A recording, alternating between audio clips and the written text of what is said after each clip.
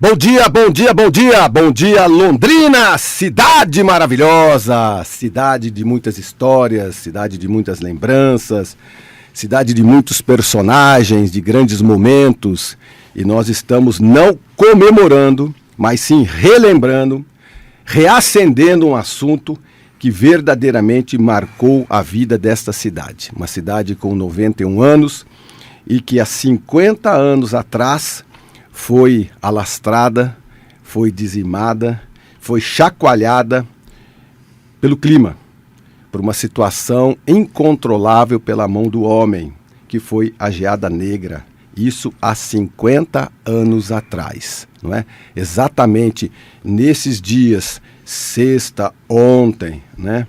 Hoje, sábado, há 50 anos atrás, Londrina, os cafezais, o Paraná como um todo, foi chacoalhado por uma geada gigantesca. Então, a região de Londrina, o norte do estado do Paraná, sofreu barbaridade. Essa cidade mudou o seu pensamento, mudou o seu rumo econômico. As pessoas que estavam no campo acabaram vindo para a cidade. Muita gente acabou, infelizmente, tirando a própria vida, mas enfim. Para nós conversarmos sobre este momento extremamente importante na vida de Londrina, eu trouxe aqui personagens que vivenciaram, estudaram, passaram por este momento, ligados principalmente direta e indiretamente a toda essa situação que estamos mais uma vez reacendendo o assunto para mostrar o quanto é que isso aconteceu com Londrina, mas a cidade não se abateu. A cidade se reinventou e a cidade continuou o seu caminho. Para tanto, eu tenho como meus convidados o Amaury Ramos da Silva. Ele é arquivista especializado em patrimônio histórico-cultural. Ele é arquivista com 38 anos de atuação no Museu Histórico de Londrina, é formado em arqueologia com especialização em patrimônio histórico-cultural e identidades. Atua com documentação histórica, catalogação de acervos, organização de exposições e planejamento museográfico. Participou de importantes projetos como a revitalização do Memória Viva, a Casa da Memória Madre Leônia, o Museu da Sociedade Rural do Paraná, o Memorial da Aviação Garcia, que agora está fazendo um grande Memorial Aviação Garcia com mais de 1.000 metros, olha só, e o Memorial do Londrina Esporte Clube. Também colaborou com entidades como o Colégio Mãe de Deus e o Espaço Dom Geraldo Fernandes. Presta orientação técnica a instituições públicas e privadas por meio de projetos e extensão da universidade e do museu. Amaury, muitíssimo obrigado pela sua presença. Bom dia. Bom dia.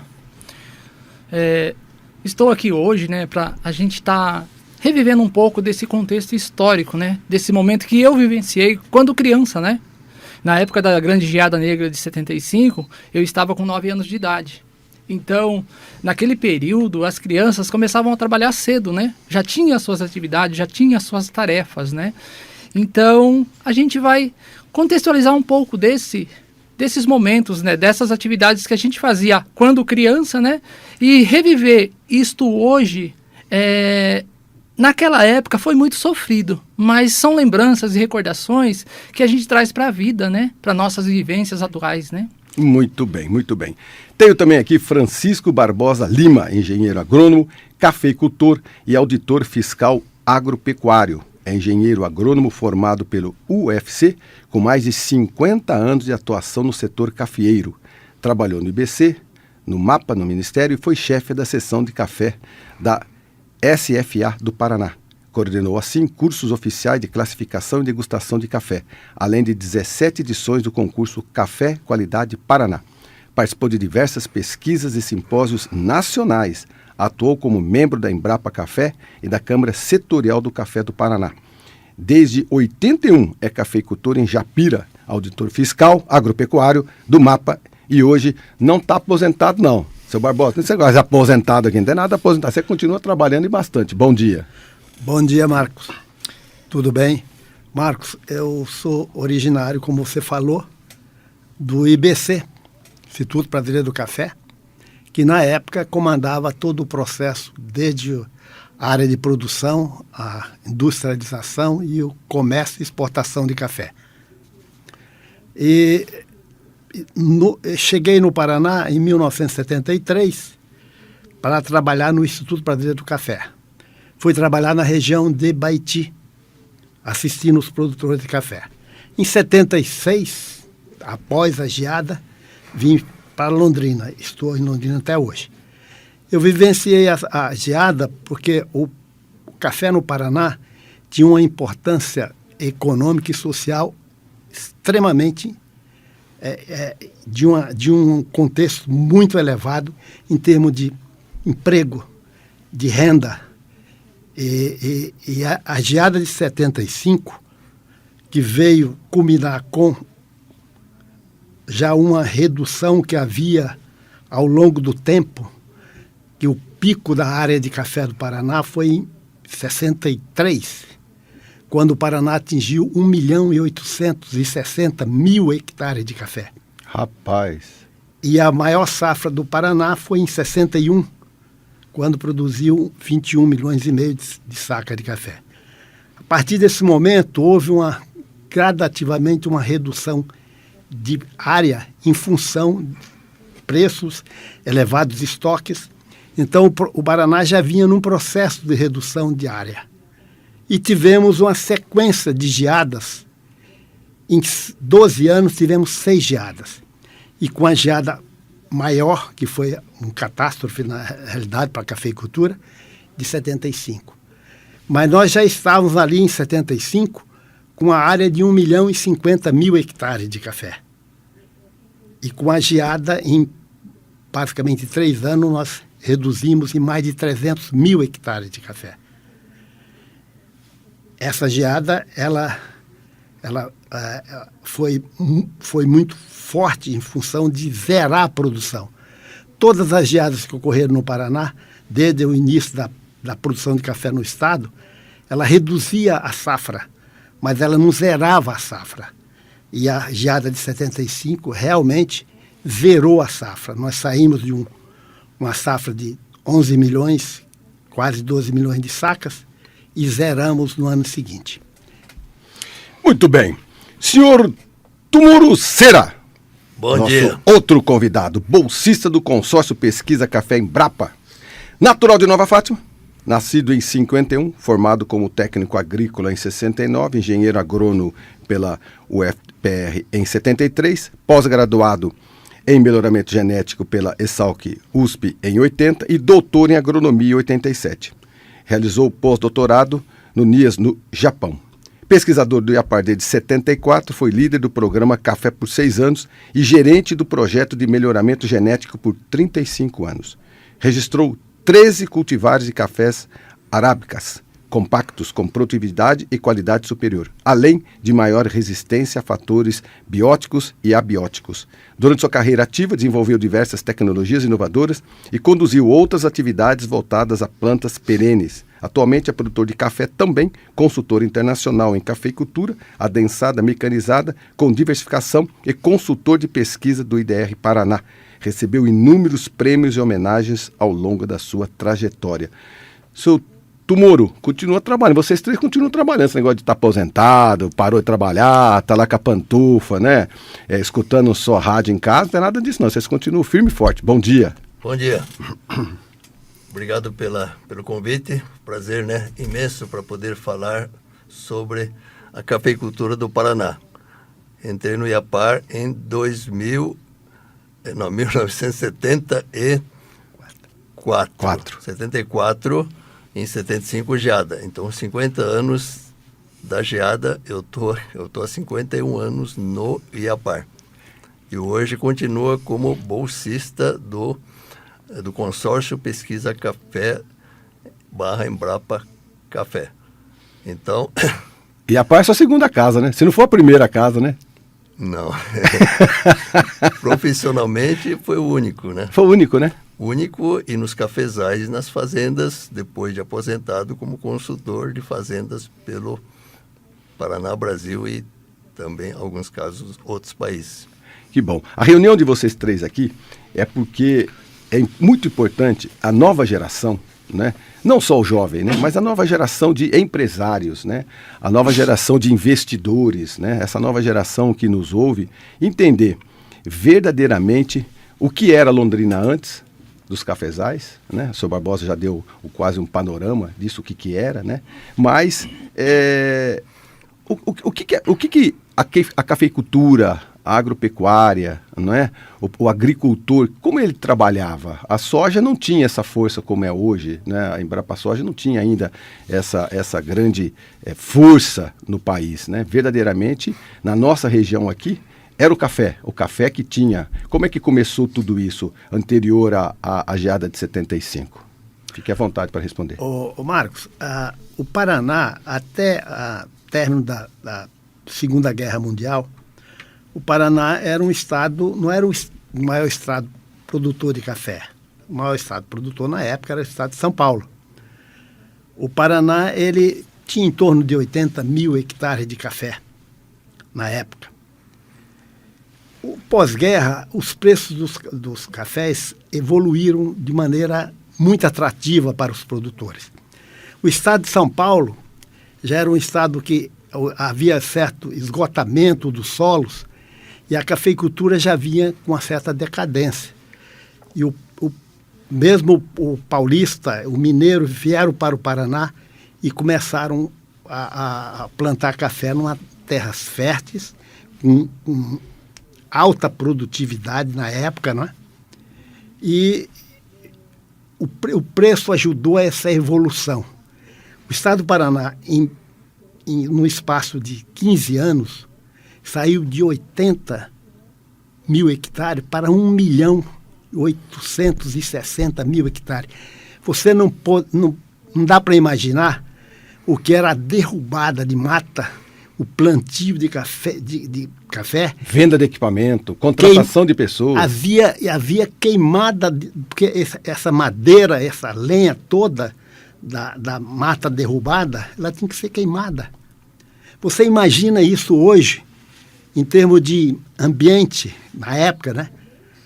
Era aquilo que se tinha que fazer. O clima, o tempo todo estava escuro, né? Estava com fumaça. Sim. O tempo todo. Porque isso foi uma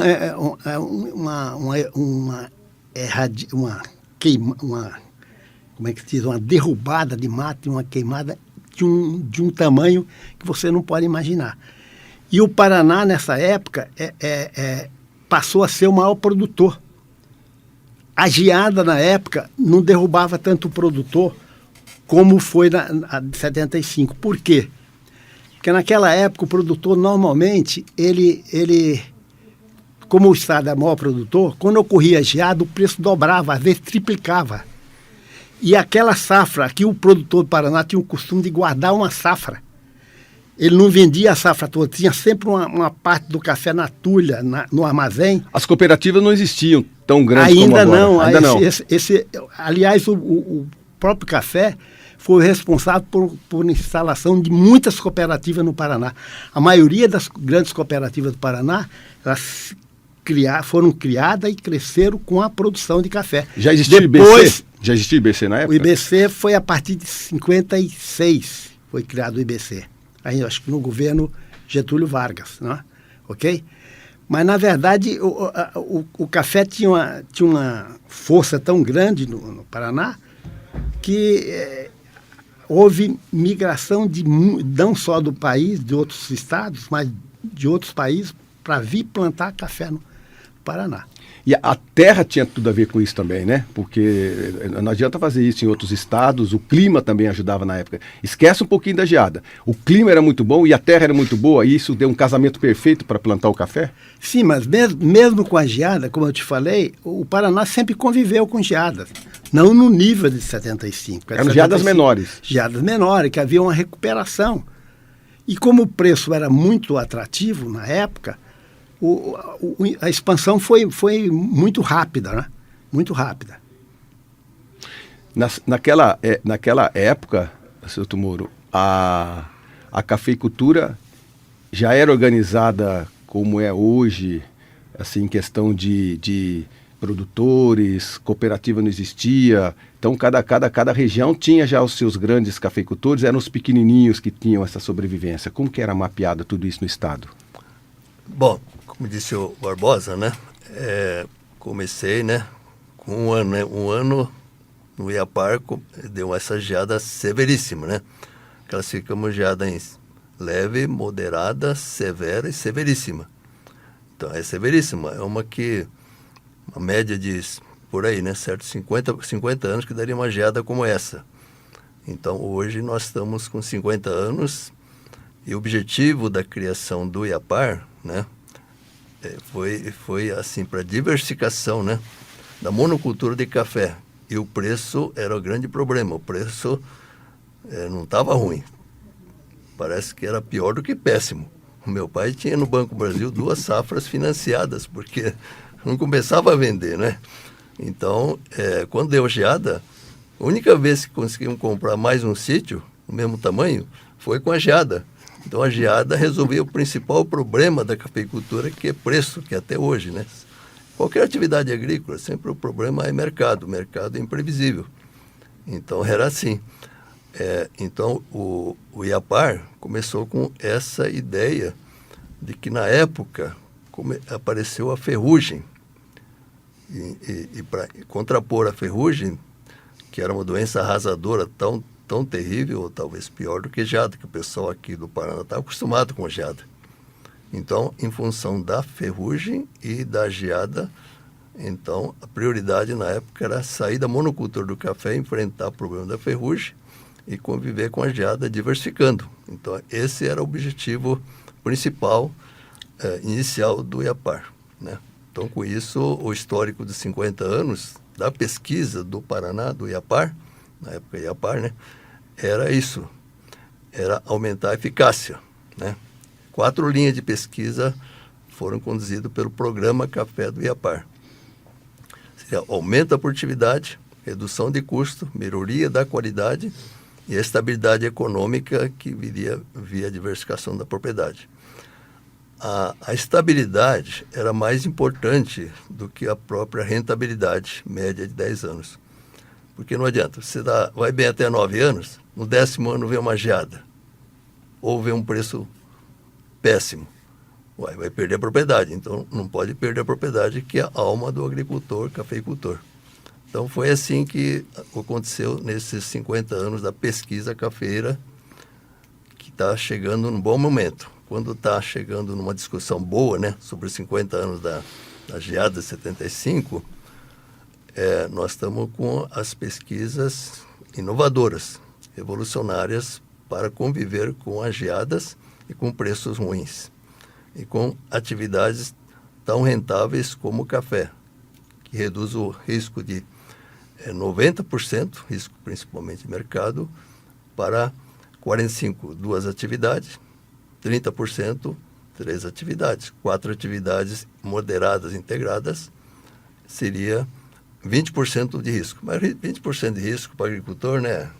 É pouco. É tranquilo, né? Tranquilo. Estamos acostumados com problemas. O agricultor ele vive o tempo todo, não é, com essa incerteza. Só imagina hoje, com toda a tecnologia, né, Maurício? Imagina Sim. aquela época. Então, você que viveu isso aí na pele, junto com a sua família, né? Porque Sim. tinha uma incerteza muito grande de vento, de chuva, de clima. Você ia para o banco, olhava ali, você não sabia se estava na volta do banco mesmo, é capaz da sua propriedade ter sido arrasada por um problema. Meu pai clima. era um pequeno agricultor na região de Jaguapitã e Guaraci. Meu pai, ele tocava perto de 20 mil pés de café. O sítio do meu avô chamava-se Água do Marfim, ficava no quilômetro 10 de Jaguapitã, entre o Jaguapitã e Guaraci. Nesse sítio, era meu avô, 13 filhos, né? Desses 13 filhos, 7 trabalhavam nesse sítio do meu avô com formação de café, né? Meu pai trabalhava 24 horas, na verdade, porque trabalhar com lavoura de café, pequeno agricultor, a única ferramenta que ele tinha para arar a terra era o cavalo e o arado, né? Além de trabalhar no sítio, cuidando dos seus 20 mil pés de café, ele também era formador de café também. E meu pai, além de trabalhar aqui na região de Jaguapitã, a gente, naquele período entre 65 e 70, meu pai foi desmatar na região de Toledo, ali, assim, Chateaubriand, aquela região onde não tinha café, levando o café para lá. Só que o café para lá não deu certo, né? E nesse período meu pai voltou para a região de Jaguapitã. Por causa do quê? Por causa da terra? Por causa do tipo de solo, Tinha solo, muito né? jagunço, muito fazendeiro grande que não queria, né? O que acontecia nesse período? Meu pai, ele trabalhava na formação de café, então ia numa área, o grande proprietário deixava uma área para ele destocar, para ele abrir. Explica o que é destocar para as pessoas. Para derrubar a mata, preparar o solo para plantação, para plantio do café, formava os viveiros, destocava, a gente fala de destocar, derrubar a mata, preparar o solo, preparar para a plantação do café, né? Montava os viveiros, fazia a formação do café, plantava o café e durante 4 ou 5 anos ele ficava naquele espaço com a agricultura de subsistência. Então a troca era a agricultura de subsistência. Terminava a formação, ele saía. Entendi. Trabalhava com a agricultura de subsistência. Então tudo aquilo que produzia arroz, feijão, milho, era para consumo próprio ou para venda dele. A partir da formação do café, ele saía. Entendi. Aí ele ia para outra área, formação. Aí o que levou meu pai a sair daquela região? Foi essa parte, né? Dos grandes proprietários, dos fazendeiros que faziam tirar mesmo. Ou você saía, ou você saía. Ou jagunço tirava. Ou de uma forma ou de outra você saía. Isso foi na região de Assis Chateaubriand, ali da região de Toledo, né? Aí meu pai trabalhou de 65 até 70, meados de 70 a 71. Aí ele veio embora de novo para a região de Jaguapitã. Aí trabalhar no sítio do meu avô, né? Aí ele começou a trabalhar. Aí ele cuidava desses 20 mil pés de café, além de cuidar dos 20 mil pés de café que ele tinha da parte dele, né? Que depois, com o tempo, ele conseguiu um dinheirinho e comprou um sítio vizinho do meu avô. E daí ele começou a tocar a propriedade dele. Aí veio o ano de 75, né? O ano de 75, cafezal formado, tudo. Ele formou tudo, começou a formar a partir porque café naquela época de 4 a 5 anos você produzia em larga escala. Você não é igual hoje, né? O café adensado eles produzem um pouco mais rápido, né? Mas naquela época não, 4 a 5 anos para você conseguir ganhar um dinheirinho, porque até nesse período você tem que trabalhar e trabalhar.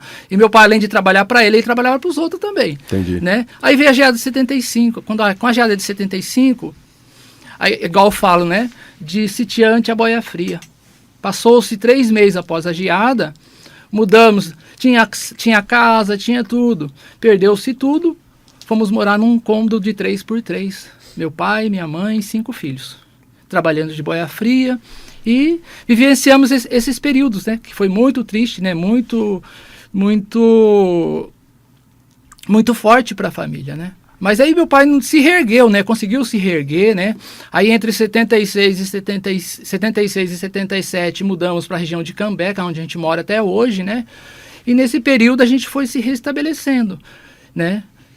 Então é um pouco disso, né? Um pouco desse sofrimento, um pouco dessa... Né? A gente fala, né, que nem lá no museu, a gente tem a coleção Armínio Kaiser, né? O Armínio Kaiser, nos seus relatos, ele fala um pouco desse êxodo rural, né? Dessa dificuldade dos pequenos agricultores quando sai da lavoura que vai para a cidade, né? O que o pequeno agricultor sabia? Lavrar a terra, né? Trabalhar.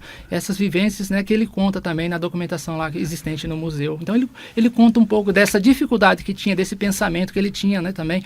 Além de trabalhar com café, ele tinha essa preocupação relacionada às famílias, né, ao êxodo rural. Mauri, com relação a isso, viu, Marcão? Ele falou que saiu de sitiante para boia fria. Olha só. O café eu costumava falar inclusive em palestras que eu fazia em várias cidades do Paraná, que o café era uma das poucas culturas que transformava pocenteiro em sitiante, sitiante em fazendeiros e fazendeiro em sem terras. Porque você tinha também ciclo, né? Produtores que quebravam, na verdade, do ponto de vista, né, econômico, né? Isso aí se tornava, às vezes, trabalhador, novamente. Mas o que o Amaury falou é para você ter a dimensão, Marco, do que ocorreu no Paraná em termos de desemprego de pessoas que moravam, trabalhavam na agricultura, na cafeicultura, e que de uma hora para outra foram para a cidade, na periferia das cidades, trabalhar de boia fria. É um contingente, para você ter uma ideia, em média, para cada 2 hectares de café, você tem um trabalhador fixo. E você tem, no período da colheita, você triplica isso. Você, em vez de ter 2 trabalhadores, um trabalhador para cada 2 hectares, você tem 6 trabalhadores para cada 2 hectares. Então você imagina, nós saímos de uma área de 1.800.000 hectares de café. E quando nós chegamos em 75, nós já tínhamos retirado do emprego nas fazendas de café mais de 400, praticamente 600.000 hectares de café, que seria 300.000 empregos direto, Sim. sem contar os empregos indiretos durante a colheita.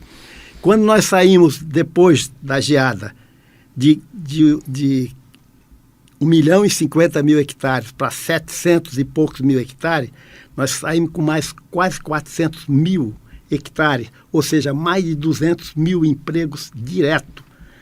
Então, até aquela época, eu cheguei no Paraná em 73, você andava, por exemplo, aqui em Londrina, você andava nas cidades produtoras de café, você quase não via... Cafezais, né? Quase você não via pessoas carentes, pessoas que dependiam de ajuda para sobreviver. Governo, né? Quase não tinha favela. Após esse êxodo do campo para as cidades, até as pequenas cidades começaram a ter problemas de favela. Olha a mudança comportamental que uma situação dessa causou. Do mesmo jeito que o Paraná, com o crescimento da cafeicultura, fundou toda essa norte pioneiro, noroeste do Paraná, criou cidades, criou riqueza. A saída do café também criou muito desemprego. Muita gente que saiu sem qualificação para as cidades, sem condição de ser absolvido na cidade, de um emprego adequado para eles, porque era uma grande parte, era mão de obra não especializada. A pessoa sai ali do sítio, né? Como você comentou, né, Mauri, a pessoa vem, porque ali ela acorda, vai para trabalhar no sítio, junto com a esposa, junto com os filhos, né? Então ela tem aquela subsistência, está trabalhando, sendo sustentado por aquela cultura no sítio, né? Aquilo acaba, para onde que ele vai? Ele vem para a cidade. Onde que ele vai morar? Em algum assentamento, na verdade, na periferia, ele vem para o centro da cidade, e aí a aparência da cidade muda como um todo, né? A situação da cidade muito. Fora também que muita gente não comenta, mas o que teve naquela época de pessoa que tirou a própria vida, eu sei de muito relato, não é verdade? Muita gente que foi para o banco, saiu do banco e ali mesmo tem gente que até tirou a própria vida. Uma coisa que eu tenho assim por mim, eu nunca vi meu pai chorar por causa disso, né? Mas meu pai ficou pelo menos um ano e pouquinho. Abalado. Assim, você olhava para ele sempre cabisbaixo. E meu pai tinha aquela coisa de não pedir ajuda para ninguém, então sofria sozinho. Meu pai, ele vendia coxinha na rodoviária aqui, vendia... O que ele pôde fazer enquanto não tinha emprego? Vender coxinha e amendoim na rodoviária e na estação ferroviária de Londrina. Isso que ele fez até 82. Que antes disso ele trabalhou um pouco de servente de pedreiro, até que ele entrou na UEL. Depois que ele entrou na UEL trabalhando de jardineiro, né, que era a única coisa que ele sabia trabalhar era agricultura e terra, né? Ele começou a trabalhar de jardineiro na UEL, isso em 82. Então, de 75, quando acontece a geada, até 82, ele ficou, né, com esse tipo de trabalho. Que ele não conseguia emprego, não tinha aquela coisa da experiência, né? Não tinha.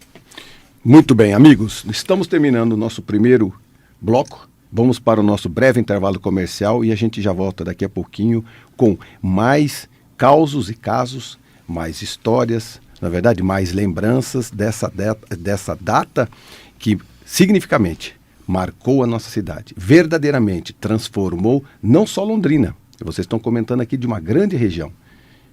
Pelas notícias que eu tenho, Curitiba também foi assolada. Né? Curitiba também, o pessoal começou a brincar com gelo, começou a brincar com os bonequinhos de gelo, todo mundo achou que fosse só uma brincadeira. Quando os dias foram passando, foram começando a descobrir que também aquela região estava sendo dizimada e assim foi o Paraná como um todo. E abalou nós verdadeiramente aqui na cidade de Londrina. Amigos, não saiam daí, nós já voltamos com o Amauri, o seu Francisco e o seu Tumoro daqui a pouquinho para discutirmos ainda Geada Negra. Muito bem, voltamos com 50 anos da Geada Negra. Estamos aqui para rememorar, né? Tem muita gente que fala assim, tenho 50 anos, vamos comemorar. Não se comemora esse tipo de coisa, né? A gente rememora, a gente relembra, a gente comenta, porque isso não pode ser esquecido, né? No mundo todo, quando você tem uma grande catástrofe, você tem citações, né? No Japão teve lá Nagasaki e Hiroshima com a bomba atômica, dizimou, e tem lá os seus memoriais, tem lá as suas lembranças. Auschwitz, né? Então, foi uma catástrofe, tem lá o seu memorial. 11 de setembro dos Estados Unidos, foi uma catástrofe, tem lá o seu memorial, né? Então, nós temos assim que passar por essas situações de devastação, e a gente não pode esquecer, a gente tem que lembrar para que a gente se prepare para isso. Por falar em se preparar para isso, na época, vocês que são pesquisadores, principalmente o seu Tumoro, não tinha não é que não tinha essa preocupação, acho que não tinha tanta tecnologia, né, seu Tumoro, para ter uma planta mais resistente, ou vocês já vinham trabalhando nisso, o pesquisador, o cientista já estava começando a pensar em ter uma planta mais resistente. Hoje a gente consegue ter uma planta resistente se acontecesse a mesma geada com a mesma força que teve em 75? Sim, quero fazer uma homenagem para o Dr. Alcides Carvalho, né, do IEC. Ele que foi o pai, nosso pai, né, para ser o apoiador nesse período enquanto ele esteve vivo, né. Consultor dele, consultor que ele mandou para o IAPAR, o Dr. Lorival Carmo Mônaco, né, que deu orientação, montou o programa Café. Então, nessa época, a preocupação principal, como era a entrada de ferrugem, né, estava desenvolvendo variedades resistentes à ferrugem e, além disso, aumentar a produtividade das variedades tradicionais. Na época era Catuai, de porte baixo, e Mundo Novo, de porte alto. Então, a partir daí, foi desenvolvendo outras variedades com resistência à diversidade biológica, muitas pragas novas, né? E adversidades ambientais, além da geada, né? Além da geada, ultimamente temos problema de mudança climática progressiva, né, no ciclo da água. Então, novas pragas a cada seca violenta. Novas doenças desconhecidas a partir de chuvas excessivas. E onde é que estão as pesquisas tecnologicamente apropriadas à realidade de solo, clima e gente do Paraná. Então, a necessidade ia fazer um investimento pesado novamente para enfrentar essa mudança climática global, que no Paraná e no Brasil está extremamente difícil. Então, porque a gente percebe que hoje a gente tem não só a tecnologia, mas a gente tem verba destinado, né? Nós temos institutos preparados. Nós estamos falando sobre 50 anos atrás, né? 50 anos atrás, eu tenho certeza que os senhores todos, mais meninos, né, saídos da universidade, dos cursos que vocês faziam, vocês tinham que ir para a lida mesmo, vocês tinham que ir para as fazendas, não é? Sentava ali com os agricultores, espalhava tudo aquilo no chão e ia com o quê? Não tinha celular, não tinha internet. Como é que vocês trabalhavam na época? Meu Marco, eu acho que você quis perguntar para o Tumoro se havia alguma variedade, algum cultivar que fosse resistente à geada. Exato. Que tivesse havido uma evolução na pesquisa que conseguisse, como conseguiram das variedades lançadas pelo IAPAR, criada pelo Tumoro, resistente a nematóide. O que é nematóide? Nematóide é um verme que dá na raiz do café. Um microverme. Microverme na raiz. Na raiz. Tem que ver com microscópio. Isso foi um dos grandes problemas da cafeicultura do Paraná. O noroeste do Paraná, principalmente a região do Arenito, saiu muito do café em função da baixa produtividade causada pelo nematóide. Então foi criada uma variedade resistente a nematóide. Foram criadas variedades resistentes lá no Iapá à ferrugem. Mas a geada, até o momento, nós não temos esse material ainda, esses cultivares resistentes à geada.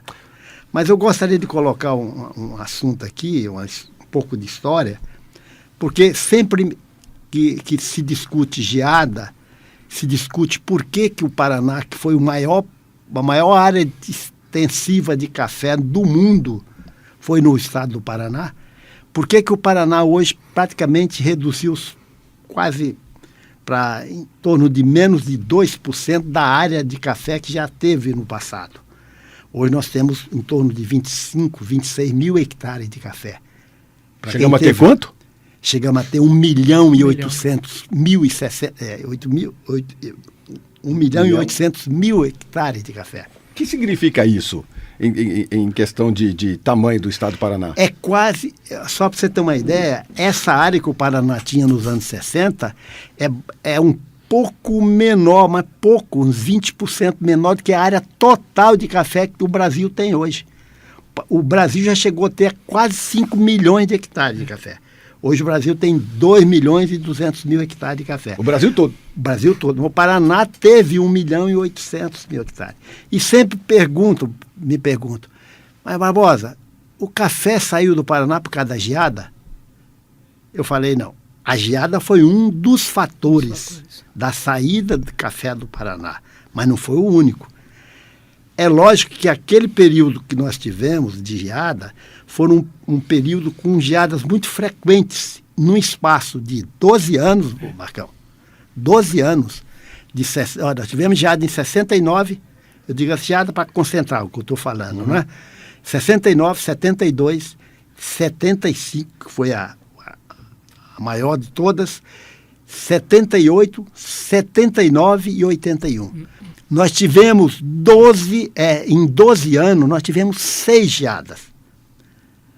E nós ficamos de 81 a 94, ficamos 12 anos sem geada no Paraná. Aí você falou, mas se ficamos 12 anos, o café devia ter se recuperado. O pessoal ter plantado novamente, ficaram 12 anos sem geada. Então nós vimos agora, essa frequência de geada fez com que a grande geada de 75, o agricultor não conseguiu se recuperar e aproveitar os tempos, os preços melhores que vieram depois da geada. Entendi. Quem aproveitou esses preços melhores foram os mineiros, que tinham plantado café nos anos 70, desde o final dos anos 60, dos anos 70, quando o Paraná estava arrancando, Minas estava plantando um pouco. E pegou esse período pós-geada de 75, com preços mais favoráveis, e ampliar a produção. O Paraná continuou o processo de redução de área de café. Nós viemos gradativamente perdendo área todos os anos. E plantando o que no lugar? Plantando soja, milho e trigo. Por quê? Saída, mecanização. Mão de obra, né? Incentivo também. Você sabe que nos anos 70 houve incentivo pelo governo federal, para aumento da produção de grãos. Os habitantes estavam saindo da zona rural e indo para as cidades. Havia uma demanda de alimentos nas cidades. É tanto que o programa que se chamou de Programa de Erradicação de Café, não era um programa de erradicação. O IBC criou o GERCA, que era o Grupo Executivo de Racionalização da Cafeicultura, para modernizar a cafeicultura, erradicar parte do contingente grande de café que nós tínhamos, de lavouras de café velhas, improdutivas, e nesse lugar o produtor fazia um contrato com o IBC, ele erradicava, o IBC pagava para ele erradicar o café, e ele tinha no contrato de plantar grãos. Entendi. Esse foi a primeira redução de área de café no Paraná, que ocorreu de 64 até 68. Nesse período, o Paraná já erradicou 600.000 hectares de café, nesse programa de diversificação agrícola. Depois veio o programa de racionalização da cafeicultura, plantio em curva de nível, a lavoura mais adensadas, já não adensando na linha, mas não adensando entre linhas, mas adensando na linha, ou seja, a gente plantava 4x4. Plantio tradicional era 4x4. 3,5 por 3,5. Esses eram os plantios tradicionais. nós partimos para plantio entre 3 e 4, entre linhas, e de 2 a 1 metro entre plantas, que antes era 4x4. Então nós aumentamos a densidade. E veio também esse programa em função da entrada da ferrugem, para facilitar a mecanização dos tratos culturais da lavoura. Então nós tivemos essa grande mudança. Mas teve outros fatores que fizeram com que o café fosse saindo gradativamente do Paraná. Além do cultivo, problemas também de ordem trabalhista. Nós tínhamos grandes fazendas do Paraná que tinham, como você falou... Meu pai pagava o sindicato naquele período. Como ele falou, das colônias. E as colônias, você tinha uma fazenda, colônias. 100 casas, 200 casas, famílias morando ali. Quando veio a mudança, o CLT, os direitos trabalhistas do trabalhador. Hoje você só pode recorrer 5 anos, direitos de 5 anos que o seu patrão te deve. Mas na época, você requeria todo o seu tempo que ele trabalhou na propriedade. Se ele trabalhou 20 anos, ele tinha direito. Quando saiu a norma, ele tinha direito de requerer. Muitos fazendeiros também tiveram problema na justiça. Então você tinha, ao mesmo tempo, paralelamente, o governo estimulando, através de financiamento de colheitadeiras, de máquinas, de tratores, o plantio de grãos. Você tinha também o medo do produtor com os encargos trabalhistas também. Então esse foi um fator importante, né? Então, a frequência de geada, no meu entendimento, foi um fator muito forte, porque nós não demos, o clima não deu condição do produtor se recuperar. Porque normalmente, se ele tomava uma geada, como eu comentei no começo, ele tinha um pouco de café guardado, ele vendia aquele café que ele estava na tulha dele. O preço subia, né? O preço subia, ele fazia um capital suficiente para recuperar a lavoura, para esperar a próxima produção. Mas a geada de 75, não deu tempo, porque primeiro que a geada foi até o nível do chão, né? Ou seja, a partir da geada de 75, toda a lavoura do Paraná, no ano seguinte, era lavoura nova. Ou era nova porque o produtor plantou, ou era nova porque brotou. Era um broto que estava saindo. Então, a lavoura do Paraná ficou toda nova, como se fosse, como ele falou, plantava o café, levava 3, 4 anos para produzir. 3, 4 anos para produzir em larga escala. A geada fez com que toda a área de café do Paraná fosse nova, fosse lavoura nova que ia produzir no 3º, 4º, para reformar toda essa lavoura. E nesse intervalo, nós era para ter uma boa produção em 79, geou em 78. Uma geadinha leve, suficiente para tirar aquela produção. O produtor recuperou de novo. 79 deu outra geadinha pequena. Em 81 deu uma geada forte. Então, essa sequência... Desanima, né? Com outro fator de possibilidade de plantar com tudo mecanicamente, sem mão de obra. E na época o governo, inclusive, tinha um programa para o Brasil ser autossuficiente em trigo. O governo pagava muito bem o preço de garantia do trigo. Então havia um incentivo e havia esse medo da frequência de geada, né? Geada tirando a safra do café. Então, esses fatores foram fundamentais. Foram vários fatores. Vários fatores. O clima chegou a quanto no dia fatídico, no dia 18, 19 de 75? Então, estava registrado em vários pontos, né? Depende de onde estava localizado, né? 3,5 negativo, né? Mas dentro de Londrina tinha variação. Né? No abrigo, no abrigo. Mas na relva, onde está o café, principalmente o café novo, é 4 graus de diferença. Então, imagina a temperatura que deu, menos 7, 8 graus centígrados, dependendo da altitude do sol. Algum lugar até menos 9. Na raiz. Isso é na raiz, né? Então, na relva. Então, muitas plantas nem brotou mesmo, por causa da raiz. Torrou. Deixa eu só complementar isso que estava falando antes, né? A questão da variedade mais resistente à geada, né?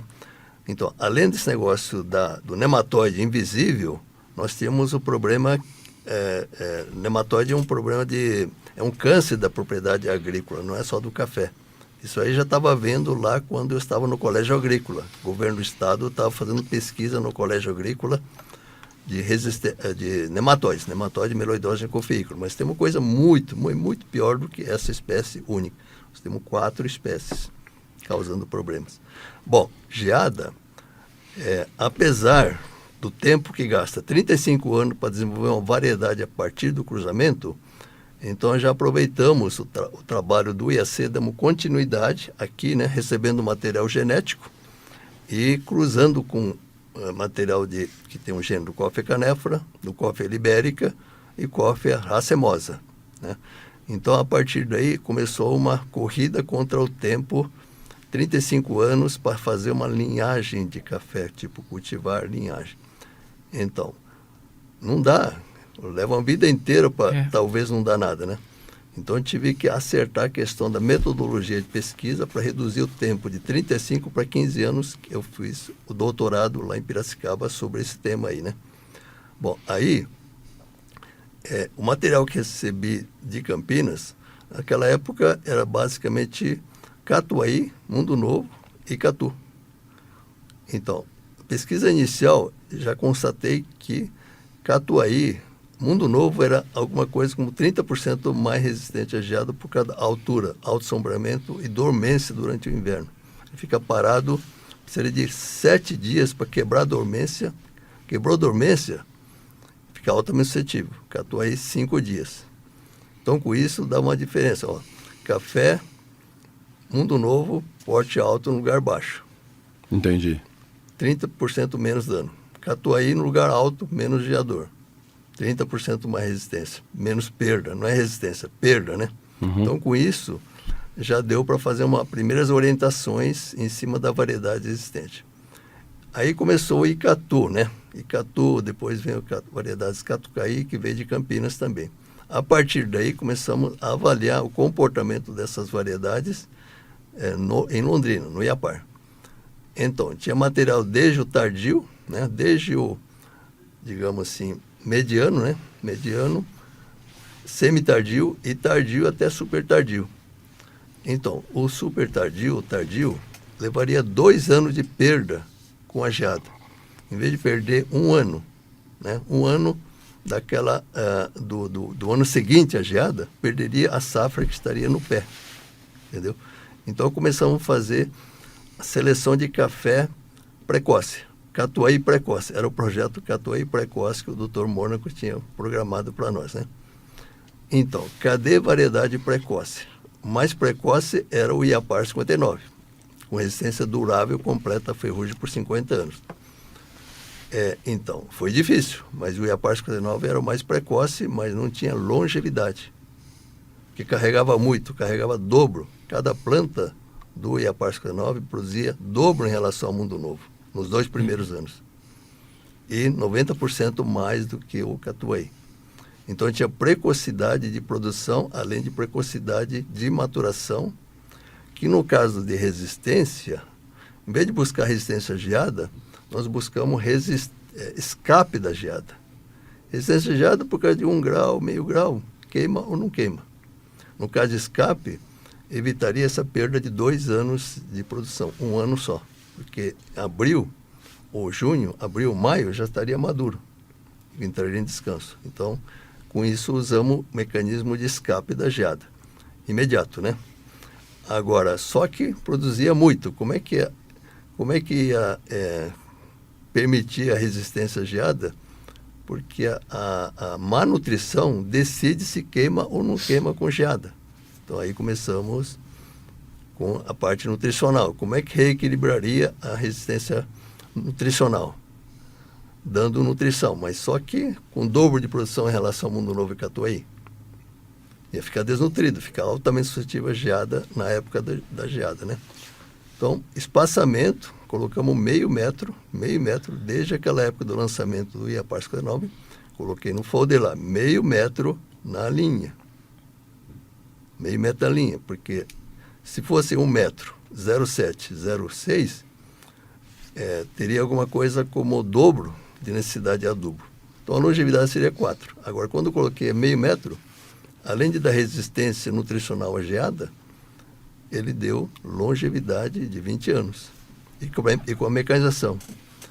Aí foi ajustando, né? A variedade com escape, variedade com diferença topográfica de porte, né?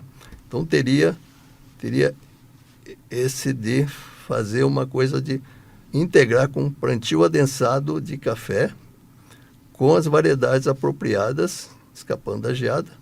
Então, com isso, integramos o plantio adensado para recuperar da geada em 2 anos. 2 anos, ao invés de 4 ou 6 anos. Recuperação econômica, não é recuperação da produção. 2 anos recupera a produção, mas não dá lucro, só dá lucro depois de 4 ou 6 anos.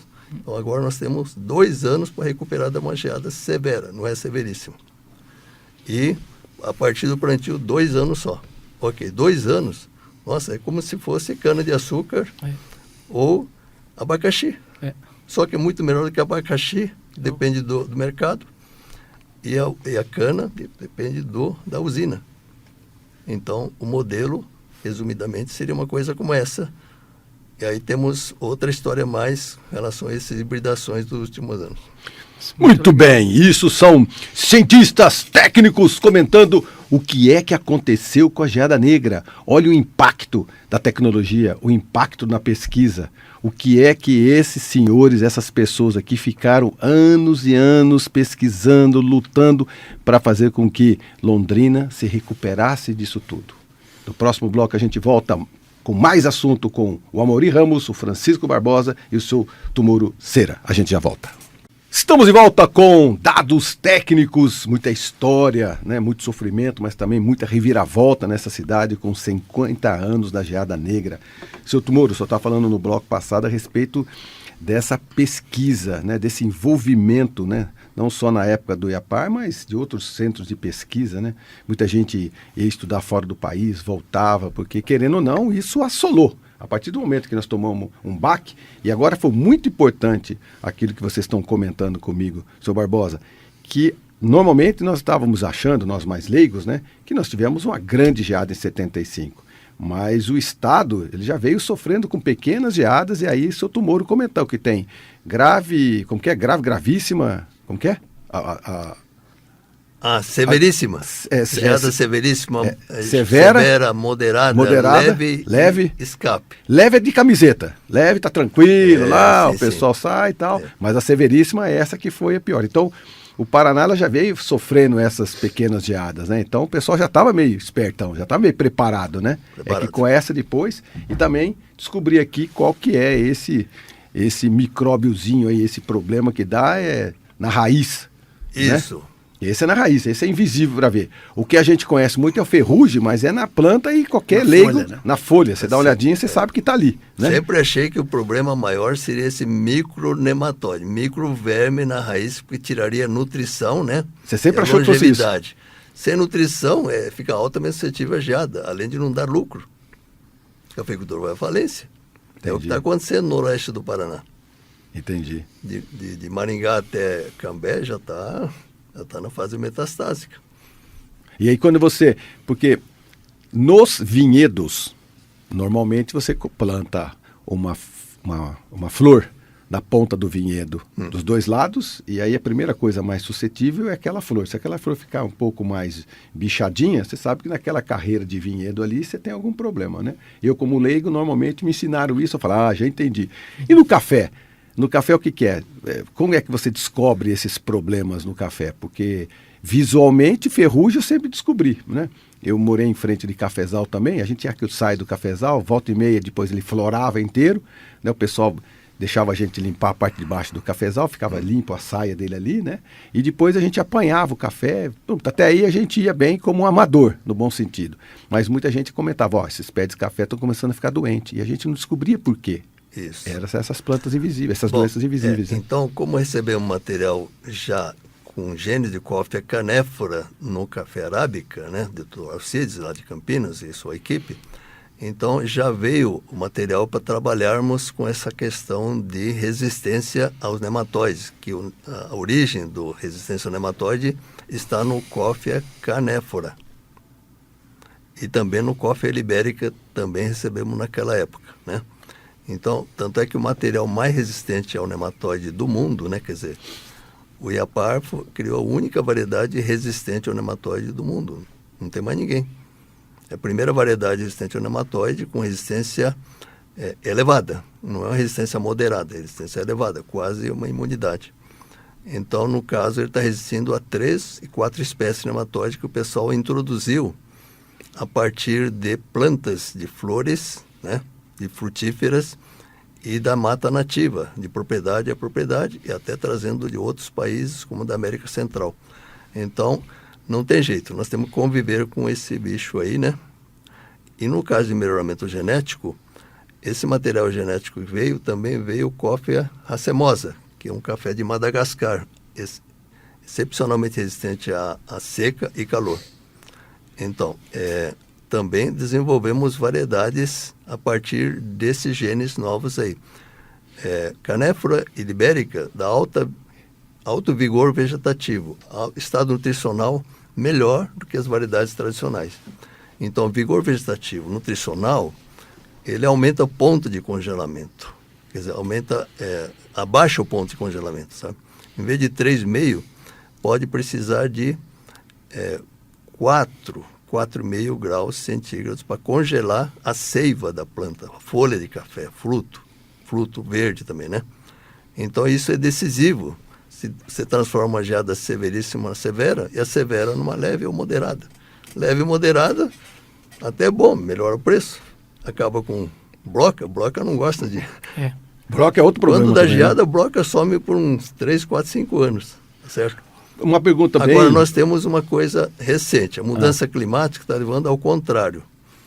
Calor. Regiões tradicionais de Minas, falta água e temperatura subindo. Se falta água, a temperatura sobe, porque, lógico, se não tem chuva, se não tem nuvem, a radiação solar vem e esquenta, né? Porque até então a gente está falando só bicho da geada, mineiro né? hoje está pior. E o calor? Inversão Bicho térmica. mineiro, hoje, lá em Minas, se não tiver água de irrigação, que também acaba com a mudança climática, não controla o bicho mineiro com inseticidas, se não botar água.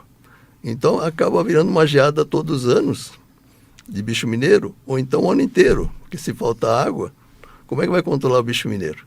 Então, aí já nessa hibridação interespecífica, já vem no Coffea racemosa resistência ao bicho mineiro.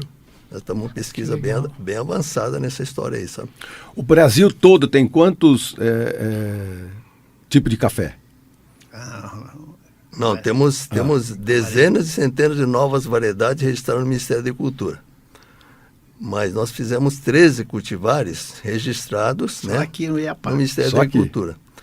Mas isso num período curto, né, de 50 anos, porque levamos 35 anos a partir do cruzamento. Nossa. Tá certo? É. Mas Você fizemos isso... 35 anos ali. Nós fizemos na sem salinha, dinheiro e sem pesquisando. gente, porque nesse período, né, houve redução crescente de recursos para pesquisa aplicada em sistema de produção e variedades.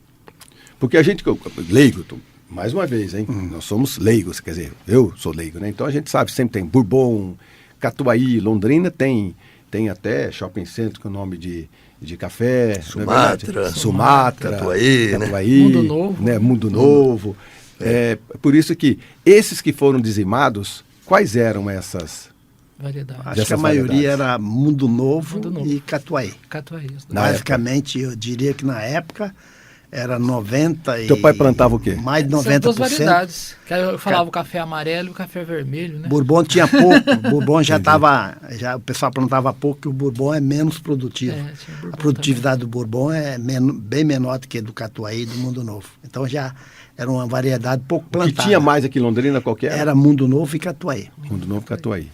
Isso, mas então, aí com isso aí, né, a gente está fazendo a convivência com geada na combinação de tecnologia em sistema de cultivo, né, e variedades diferentes, origem com genética diferente.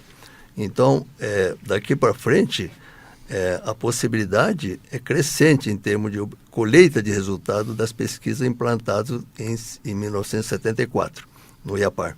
Então, o futuro é promissor. Nós estamos com um plano dozenal de café do Paraná para aumentar para 100 mil hectares em vez de 20 mil de hoje.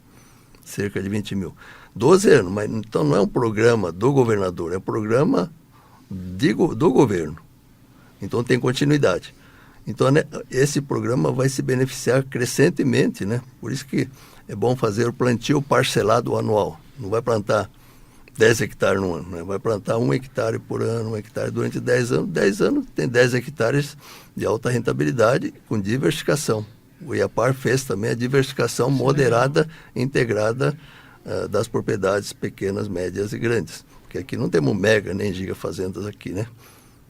Mega. O Paraná tem fazendas menores, né? Fazenda de 100 hectares, conta no dedo, 100 hectares de café, né? São poucos. Agora, a maioria, hoje, 93% de todo o estado do Paraná, incluindo a região de Ponta Grossa, Oeste, tal, são propriedades abaixo de 100 hectares. 85% é abaixo de 50 hectares. Então, é o desafio. Como é que vai fazer dar lucro numa propriedade que não tem escala econômica? Exatamente. Muito bem, estamos saindo para mais um breve intervalo comercial e a gente já volta com mais dados técnicos, histórias sobre 50 anos da Geada Negra. Não sai daí, a gente já volta. Muito bem, terminando, infelizmente, o nosso bate-papo aqui, porque 1h30 é muito pouco tempo para tanta história desses senhores aqui. Eu agradeço imensamente a presença de vocês aqui nesse sabadão, né? Num dia tão fatídico, mas que Londrina se recuperou. Hoje é uma cidade moderna, uma cidade que sobreviveu à geada, uma cidade que ainda vive do café, mas de forma diferente, né? Com as suas cafeterias, com seus cafés gourmets, né? Também com seus cafeicultores, né? Com pequenas fazendas, mas as pessoas continuam plantando, continuam vivendo do café. O Áureo Café deixou aqui mansões, deixou toda a nossa história, né? Somos conhecidos ainda como a capital mundial do café, não é verdade? Então, nós temos grandes eventos, hoje mesmo, acontecendo agora de manhã no Museu do Café, uma grande homenagem, né? Junto com todos os secretários, o plantio de 50 mudas de café na frente do Museu do Café, junto com o Sesc Cadeião. Meu agradecimento ao pessoal do Sesc Cadeião, né? Em parceria com a Prefeitura Municipal de Londrina. Então, essa é uma nova gestão do Tiago Amaral, uma nova Londrina que sobreviveu a tudo isso, graças também a todos vocês, né? Um historiador, a pesquisadora, a todos vocês empresários que continuam vivenciando, gostando e estudando o café. Então, Amaury, muito obrigado pela sua presença. Você é o cara dos museus nessa cidade. Eu sempre disse isso e vou continuar dizendo. Parabéns. Eu que agradeço essa oportunidade de estar falando sobre o café, né? E essa história da geada de 75, a qual eu fiz parte, né? Com apenas 9 anos de idade, né? Eu fiz parte de um pouquinho dessa história, né? E que todos tragam essa história, essas memórias para o Museu Histórico de Londrina, onde trabalho, né? Onde lá também está preservado parte dessa coleção, tanto fotográfica, do senhor Armínio Kaiser, do início de Londrina de 29 e 30 também, que mostra um pouco dessas realidades sobre a cultura do café e que traga para a gente, né? Traga para o museu e ajude-nos a contar e a preservar essas memórias que para nós londrinenses é muito importante. Muito bem. Contato com você, amigo. Contato Amaury, silva.amauriramos@gmail.com.br. Muito bem, muito obrigado. Sr. Francisco, obrigado pela sua presença, obrigado pela sua atenção e parabéns por toda a sua carreira, na verdade, profissional, frente não só ao café, né, mas também a grandes instituições. Muito obrigado.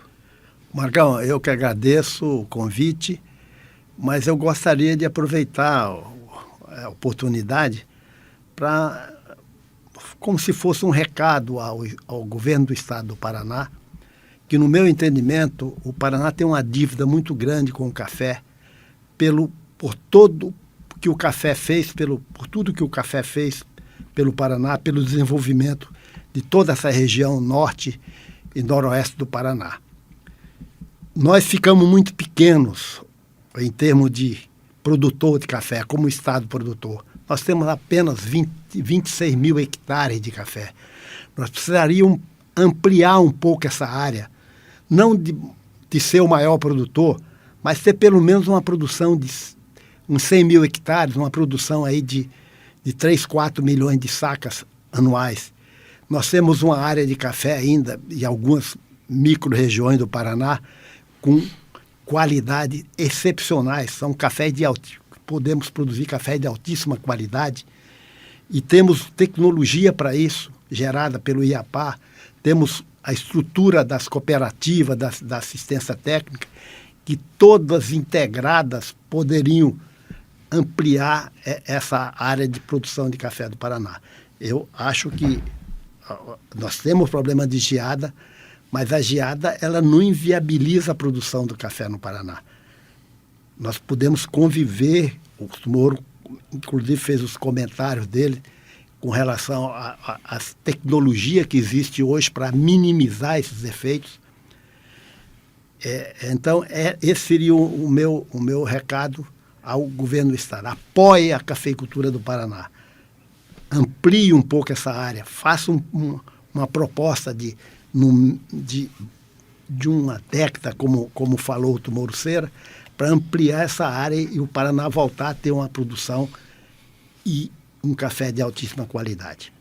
Muito bem, contato com o senhor Barbosa. Quem quiser falar assim, eu quero fazer uma consultoria com o senhor Barbosa. Qual que é o telefone? O telefone é 98404-2163 e o e-mail é lima.fbarbosa, tudo junto, @gmail.com. Muitíssimo obrigado, viu? Obrigado Eu que mesmo. agradeço. Seu Moro, obrigado, viu? Tenho certeza que o senhor sai daqui nesse sabadão, o senhor vai voltar para suas pesquisas, vai continuar dando consultoria. Vocês são 3 profissionais, consultores extremamente respeitados. Parabéns, obrigado pela sua presença. Eu que agradeço a oportunidade, né? Foi excelente o podcast aqui. Hoje nós estamos com IDR, a nova IDR Paraná, IAPAR Emater. Estamos continuando uma pesquisa na luta, mas o que eu digo que as variedades que temos aí, o sistema de produção que temos é para produzir, não para produzir café, produzir lucro com preços ruins, né? Mas a equipe nossa é uma equipe de voluntários, um pesquisador, melhorista, né? E mais bolsistas, são muito batalhadores das universidades que estão conduzindo as pesquisas. Bom, eu queria aproveitar aqui essa oportunidade, né, como cafeicultor, eu nunca recebi seguro do banco. Nós precisamos de seguro da produção. Seguro do banco digamos assim, né, por causa da característica bienal de produção de café, quando o pessoal está colhendo o café, aquele café que der, por mais que seja uma produção pequena, já paga o custeio. Então, não vai receber seguro, porque já paga o custeio, né? Agora, se tiver um seguro bienal, é fácil. Quem conhece, quando dá 80% de produção, no outro ano é 20%. Se der 20% de produção, no outro ano é 80%, né? Então, dá para fazer a previsão bienal de colheita. Então, com isso, uma reivindicação muito interessante seria viabilizar esse custeio bienal de café. Aí, com isso, é possível ter uma convivência muito melhor com as geadas imprevisíveis, né? A média, cada 12 anos, cada 6 anos, cada 24 anos, 48 anos, a ocorrência de geadas de diferentes intensidades, imprevisível, porque isso é uma média só. É uma média, depende de um ventinho, né? Uma nuvenzinha e tal. Então, decide se G ou não G. Então, muito importante o seguro bienal de café. Seguro bienal, custeio bienal de café. É uma grande... Não é só café. Sim. Tem outras plantas perenes que têm ciclo bienal de produção. Está tudo descoberto. É uma grande reivindicação. Seu Moro, contato para quem quiser bater um papo com o senhor. É 43 999 94 6549. E-mail é tcera01@gmail.com. Muito bem, muito obrigado a todos vocês. 3 profissionais gabaritados, 3 consultores e 3 londrinenses, não é? De adoção, de coração, que entenderam que essa cidade sobreviveu a tudo isso, continua forte, continua bonita e continua sempre se preparando para não só a diversidade da geada, né? Mas para tudo aquilo que a natureza nos traz, às vezes, de uma forma sem aviso. E o pesquisador, ele está aí para isso, na verdade, porque ele sempre está pesquisando para a gente ter prevenção. Depois não adianta correr atrás do prejuízo. A gente tem que sempre estar prevenindo tudo isso. E para isso que vocês estudam tanto. Muito obrigado a todos vocês, obrigado pelo carinho, obrigado pela atenção. Então, hoje, 50 anos da Geada Negra na cidade de Londrina. Um programa especial. Obrigado pela sua atenção, pelo seu carinho e até semana que vem, se Deus quiser. Eu tenho certeza que Ele há de querer.